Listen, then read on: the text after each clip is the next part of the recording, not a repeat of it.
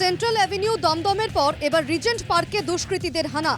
মহিলাকে মারধর করে অচৈতন্য করে তার হাত বেঁধে লুঠের অভিযোগ। রিজেন্ট পার্ক থানার অন্তর্গত বড়ুয়াপাড়ায় দাসানি স্টুডিওর পাশে একটি ফ্ল্যাটে ডাকাতির অভিযোগ। রিজেন্ট পার্ক থানার ঢিলছোড়া দূরত্বে একটি বাড়িতে হঠাৎই কাল রাত্রিবেলায় অতর্কিতে কিছু দুষ্কৃতী আসে এবং একই পন্থায় একই পদ্ধতিতে ধারালো অস্ত্র দেখায় এবং লক্ষাধিক টাকা লুট করে নিয়ে চলে যায়। এবং আক্রান্ত মহিলার অভিযোগ, সোমবার সন্ধ্যা 7টা নাগাদ কেউ ফ্ল্যাটের বেল বাজায়।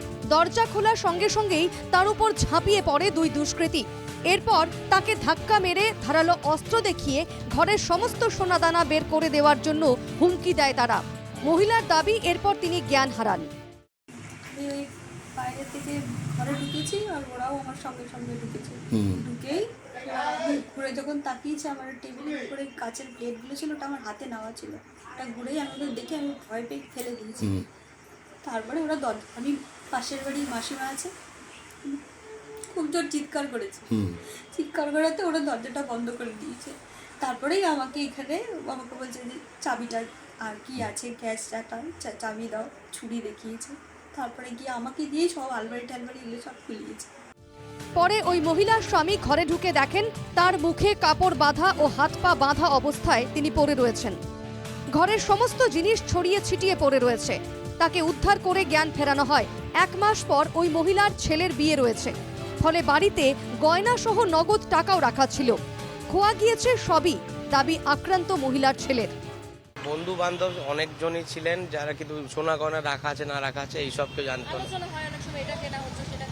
হ্যাঁ, সবাই আধা পাড়া জানে, কেন 1 মাস পর তো বিয়ে আমার, তো সবাই মোটামুটি এই জিনিসটা জানতো, ব্যাস আর কিছুই না। কালকে রাত্রেও এসেছিল, কালকে 4টে 4:30 অবধি এইসব জিনিস হয়েছে, সব ফিঙ্গারপ্রিন্ট এসব কি হোক না হোক এইসব করা হয়েছে। শহরে একের পর এক ডাকাতির ঘটনা। উত্তর থেকে দক্ষিণ কিংবা শহরতলি সুরক্ষিত নয় কোনো এলাকায়। প্রাক্তন পুলিশ কর্তাদের দাবি, নজর রেখে পরিকল্পনা করেই ডাকাতি করছে দুষ্কৃতীরা। গোয়েন্দা বিভাগ, এসটিএফ এবং প্রত্যেকটি থানার একসঙ্গে কাজ করতে হবে, বাড়াতে হবে নজরদারি। আমাদের পুলিশের থিওরিকে বলা হয় যে prevention of crime and detection of crime.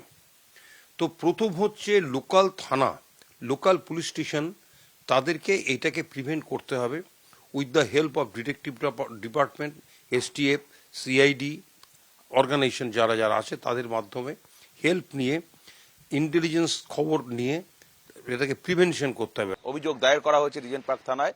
ইতিমধ্যে তদন্ত শুরু করেছে রিজেন্ট পার্ক থানার পুলিশ। যদিও এই ঘটনার পরিপ্রেক্ষিতে এখনো পর্যন্ত কাউকে গ্রেপ্তার করতে পারেনি পুলিশ। ক্যামেরায় সমীরনের সঙ্গে সুস্মিত, এনকেটিভি বাংলা, কলকাতা।